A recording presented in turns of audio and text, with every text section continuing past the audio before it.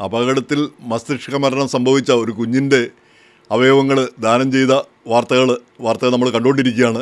ഈ 2-3 ദിവസമായിട്ട് അതേപ്പറ്റി പിന്നെ വാർത്തകൾ പത്രത്തിലും ടി വിയിലും ഒക്കെ കാണുന്നുണ്ട്. ആ കുഞ്ഞിൻ്റെ പടവും കാണുന്നു. ആ കുഞ്ഞിൻ്റെ പടം കാണുമ്പോൾ വാസ്തവം പറഞ്ഞാൽ അത്യന്തം ദുഃഖമാണ് തോന്നുന്നത്. ആ പടം എന്തിനാണ് കൊടുത്തത്, ആരാണ് കൊടുത്തതെന്ന് എനിക്ക് ഇപ്പോഴും മനസ്സിലാവുന്നില്ല. ഇതിൽ പരം ദുഃഖകരമായൊരു കാര്യം എങ്ങനെയാണ് നമുക്ക് ആഘോഷിക്കാൻ കഴിയുക? മാധ്യമങ്ങൾക്ക് ഇതൊരു വലിയ സംഭവം പോലെ, വലിയൊരു കാര്യം പോലെ ആഘോഷിക്കാൻ കഴിയുന്ന ആ കുഞ്ഞിൻ്റെ മുഖത്ത് നോക്കിയാൽ അത് ആഘോഷിക്കാൻ തോന്നും. അത് ആ കുഞ്ഞിൻ്റെ പിന്നെ ആ കുഞ്ഞ് പലരിലൂടെ ജീവിക്കുന്നു. ഒക്കെ വളരെ നല്ല കാര്യം. എന്തായാലും ഈ അവയവദാനം നടത്തുന്നത് അതിനോട് വലിയ താല്പര്യമുള്ള ഒരാളല്ല ഞാൻ. കാരണം മറ്റൊരാളുടെ അവയവം കണ്ടുകൊണ്ട് നമുക്ക് ജീവിക്കാൻ പറ്റില്ലല്ലോ. നമുക്ക് സ്വയം ജീവിക്കാൻ കഴിയില്ലെങ്കിൽ സർവൈവൽ ഓഫ് ദ ഫിറ്റസ്റ്റ് എന്നാണ് പിന്നെ പ്രകൃതി തന്നെ പറയുന്നത്. ഫിറ്റായിട്ടുള്ളവരാണ് സർവൈവ് ചെയ്യുന്നത്, അല്ലാത്തൊരു സർവൈവ് ചെയ്യില്ല. പിന്നെ എന്ന് കരുതി അത് പിന്നെ 50-60 വയസ്സുള്ള ആളുകളൊക്കെ അവയവം മാറ്റിവെക്കുന്നതിനോട് ഒരനുഭവം തോന്നിയിട്ടില്ല എനിക്ക്. പിന്നെ ചെറുപ്പക്കാരൊക്കെ പിന്നെ പോട്ടെ അങ്ങനെയുള്ള അവസ്ഥയിൽ. അതുപോലെ തന്നെ ഈ ജീവിച്ചിരിക്കുന്ന ആളുകളുടെ അവയവങ്ങൾ മാറ്റുന്നതിനോടും വലിയൊരു താല്പര്യം എനിക്ക് ഇന്നേ വരെ ഉണ്ടായിട്ടില്ല. അപ്പം ഈ അന്യരുടെ കിഡ്നി കണ്ടുകൊണ്ട് നമുക്ക് ജീവിക്കാൻ പറ്റുമോ? ഇതേപ്പറ്റി ഞാൻ ഒരിക്കലും നമ്മുടെ ചിറമ്മല അച്ഛനോട് ചോദിക്കുകയുണ്ടായി. പിന്നെ ഈ 10 പ്രമാണങ്ങളിൽ 2 പ്രമാണങ്ങൾ പറയുന്നത്, ഒന്ന് അന്യൻ്റെ സ്വത്ത് ആഗ്രഹിക്കരുത്, അന്യൻ്റെ ഭാര്യയെ മോഹിക്കരുത്. ഇതൊക്കെയാണ്. അന്യൻ്റേതൊന്നും മോഹിക്കരുതെന്ന് അർത്ഥം. അപ്പോൾ അന്യൻ്റെ കിഡ്നി ആഗ്രഹിക്കാമോ എന്നാണ് ഞാൻ ചോദിച്ചത്. അച്ഛൻ പറഞ്ഞത് ആരും അന്യരല്ല, നമ്മളെല്ലാം പരസ്പരം ബന്ധപ്പെട്ടിരിക്കുന്നവരാണ്.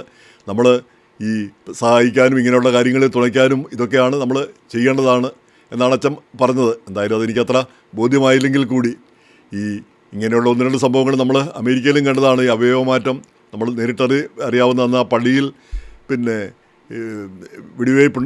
വെടിവയ്പ്പുണ്ടായപ്പോൾ ന്യൂജേഴ്സിയിൽ ആ പള്ളിയിൽ പിന്നെ മരിച്ച ഡേവിസിൻ്റെ അവയവങ്ങൾ കൊടുക്കുകയുണ്ടായി.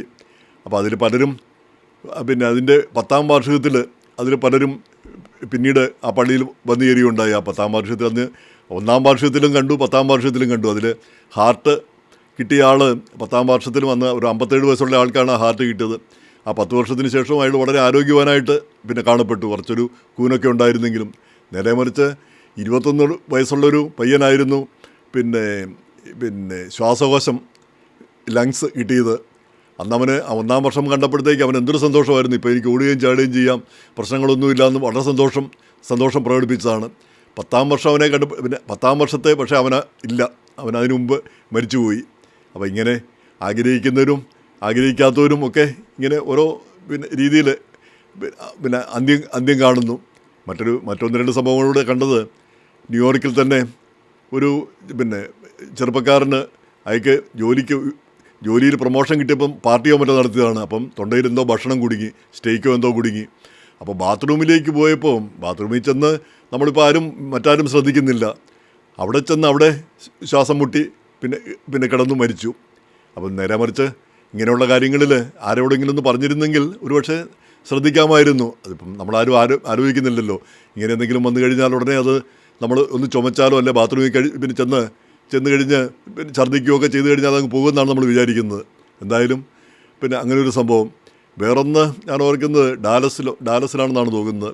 ഒരു പയ്യൻ അത് അപ്പൻ വരുന്നു മകനെ കാണാനായിട്ട്. അവർ ഭക്ഷണം കഴിക്കുമ്പം അതിൻ്റെ ഇടയ്ക്ക് അപ്പൻ താഴോട്ട് കുനിഞ്ഞിരിക്കുന്നു. അപ്പോൾ പയ്യൻ അത്ര ശ്രദ്ധിക്കുന്നില്ല എന്താ സംഭവിച്ചെന്ന്.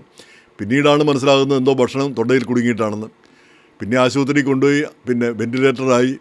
അപ്പം ഈ അവയവദാനത്തിന് ഇയാൾ നേരത്തെ എഴുതി കൊടുത്തിട്ടുണ്ടായിരുന്നു. അപ്പോൾ അവർ ഇവരെ സ്യൂ ചെയ്യുകയാണ്. നേരത്തെ ഇനി രക്ഷപ്പെടുകയില്ല, അതുകൊണ്ട് ഏറ്റവും നേരത്തെ അവയവങ്ങൾ എടുക്കണം. അതുകൊണ്ട് ഇത് കൂടുതൽ കഴിയും തോറും ഇത് അവയവങ്ങൾ ഡിറ്റീരിയറേറ്റ് ചെയ്തുകൊണ്ടിരിക്കും. അപ്പോൾ അതിൻ്റെ പേരിൽ കേസ് വരികയാണ്. അപ്പോൾ അതിൻ്റെ ഇടയ്ക്ക് വേറെയും ചില കാര്യങ്ങളുണ്ട്. അതേപ്പറ്റി ഞാൻ വിശദമായിട്ട് പറയുന്നില്ല. അപ്പോൾ കോടതി മകനോടൊരു തീരുമാനം എടുക്കാനാണ് പറയുന്നത്. കാരണം ഭാര്യയുമായിട്ട് അവർ ഡിവോഴ്സിനോ മറ്റോ ഒരുങ്ങിയിരിക്കുന്നതാണ്. ഒടുവിലെന്തായാലും ആ വെൻറ്റിലേറ്റർ ഈ അവയവങ്ങൾ എടുക്കാനായിട്ട് അനുവാദം കൊടുത്തു. അപ്പോൾ അന്ന് അയാളുടെ ഈ വെൻറ്റിലേറ്ററിലുള്ള വ്യക്തിയുടെ സഹോദരൻ ലോങ് ഐലൻഡോ മറ്റുള്ള ആളാണ്. അപ്പോൾ അന്ന് അങ്ങേരനോട് പറഞ്ഞതാണ്, ഈ വെൻറ്റിലേറ്ററിലാണെങ്കിലും ഞങ്ങൾ നോക്കിക്കോളാം, എത്ര കാലം വേണമെങ്കിലും കിടന്നോട്ടെ, അവയവമൊന്നും എടുക്കേണ്ടതില്ല എന്ന്. പക്ഷേ എങ്ങനെയായാലും അവയവങ്ങൾ എടുക്കുകയാണ് ചെയ്തത്. അപ്പോൾ ഈ അവയവം എടുക്കുന്ന സംഭവങ്ങൾ പലപ്പോഴും അത്ര സുഖകരമായൊരു കാര്യമല്ല. എന്തായാലും ആളുകളെ ഈ ഒരാൾ മരിച്ചിട്ടാണ് വേറൊരാൾ രക്ഷപ്പെടാൻ പോകുന്നത്. അപ്പം ഒരു മരണത്തിൻ്റെ ആ ദുഃഖം അവിടെ നിൽക്കുന്നു. അപ്പോൾ പിന്നെ ഈ നേരെ മരിച്ച ആളുകളുടെ അവയവങ്ങൾ മാറ്റുകയാണെങ്കിൽ അത് വിഷമമുള്ളൊരു കാര്യമല്ല. അത് മരിച്ചു കഴിഞ്ഞാൽ പിന്നെ അത് ആർക്കും ആവശ്യമുള്ള കാര്യമല്ല. അത് നഷ്ടപ്പെട്ടു പോകാൻ പോകുന്നതാണ്. അത് പിന്നെ ആർക്കെങ്കിലും കിട്ടുകയാണെങ്കിൽ ഏറ്റവും നല്ലൊരു കാര്യം തന്നെ. പക്ഷേ ഇങ്ങനെ ഈ പിന്നെ മരണത്തിന് മുമ്പ് മരിക്കുമെന്ന് ഉറപ്പായ കാര്യമാണെങ്കിൽ കൂടി മരണത്തിന് മുമ്പ് അവയവങ്ങൾ എടുക്കുമ്പം അത്ര ഒരു സുഖമായൊരു കാര്യമായിട്ട് നമുക്ക് തോന്നാറില്ല. പ്രത്യേകിച്ച് ഇങ്ങനെ ഈ കുഞ്ഞുങ്ങളുടെയൊക്കെ ഇതാകുമ്പോഴത്തേക്ക് അത് കാണുമ്പോൾ തന്നെ സങ്കടവും ദുഃഖവും കൊണ്ട് പിന്നെ നിറയുന്നു. എന്തായാലും ആ പടം കൊടുത്തത് തന്നെ, മാധ്യമങ്ങൾ കൊടുത്തത് തന്നെ തെറ്റായിപ്പോയെന്നാണ് എനിക്ക് തോന്നുന്നത്. എല്ലാവരെയും എന്തൊരു പിന്നെ ദുഃഖകരമായൊരു കാര്യമാണ് ആ ചെയ്തത്.